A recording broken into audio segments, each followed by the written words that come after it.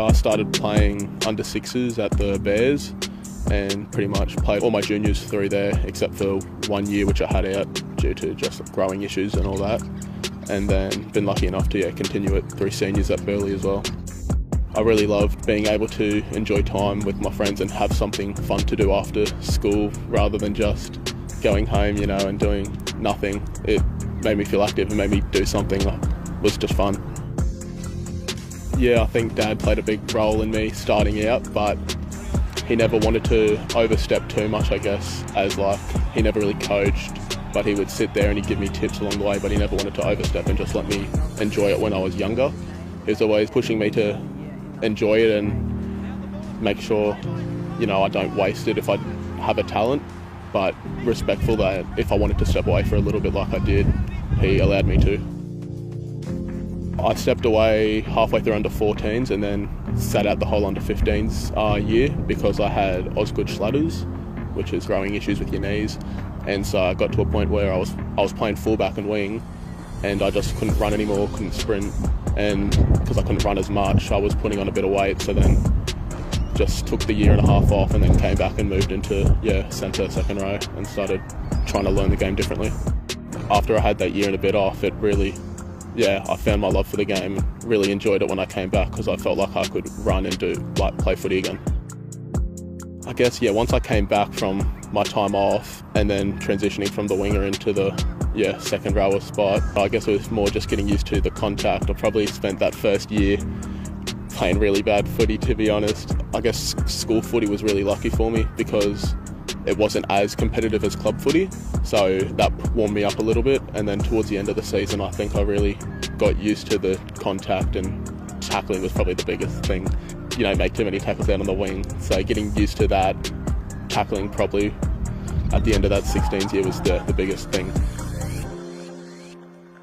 Matty Guy, he was more of the cool head with our coaches. He didn't really push, he pushed us but didn't push us over the limit. He was always there as a cool head if we needed to talk to, or if we needed tips with something, he was always there because he knows the game very well. And so he was always there for good tips. I mean, he helped probably with my line running very well when I used to play in the back row. Really thankful for him. Throughout my younger years, we used to go over to his house a fair bit. I've always known him really well, but then throughout high school, I'd say my relationship with him really increased, and we bonded really well. Two people who were probably really influential for me were Jason Hamilton, who was the head coach at Marymount, and so he pushed me really hard with my defence and fitness because I wasn't too fit, and so he pushed me really hard and probably gave me that desire and hunger to want to be the best version of myself.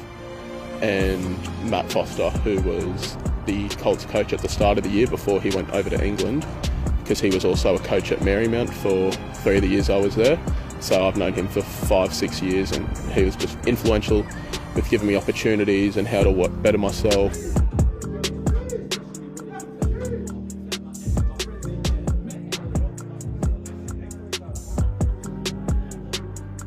Mum's travelled to all the games this year.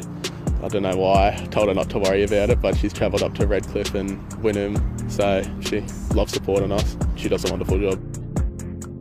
Middle brother Cooper, he's 16 now. He's a pretty bloody good footy player, I'd say. He works harder than I've seen most people do. He'll be doing stuff all the time. Me and Dad will sit there and tell him it's your rest day, stop, but he's out in the backyard running ladders or sweating, doing something out there. And my younger brother Logan, he had the Osgood Schlatters as well, like I did, and so he's going through that at the moment, but he knows that I've been through it and I've come out of it better, so we're there supporting him, and he's enjoying his footy at the moment, just finding out what position he wants to play. My heritage, I've been lucky enough to go over a couple of times to Dad's village, Ulamona, 3-hour plane flight from Brisbane to the capital Moresby, and then another 3-hour flight to the capital city of the island he lives on, and then probably a 2-3 hour drive again out to his village. But I mean, it's lovely out there, eh? I'd never seen it before when I was a kid, but the black sand beaches, animals running around, I mean, all the family. Yeah, it was a great time when we went over as kids. I keep in contact with a few of my dad's brothers, and they send messages all the time, checking up, seeing how we're going, and we'll talk back and forth about how they're going, or if we need any help with anything. They're just, very supportive family. So away from footy at the moment, I'm working as a pool technician, and I do that part-time while I am in my first year of a Bachelor of Pharmacy.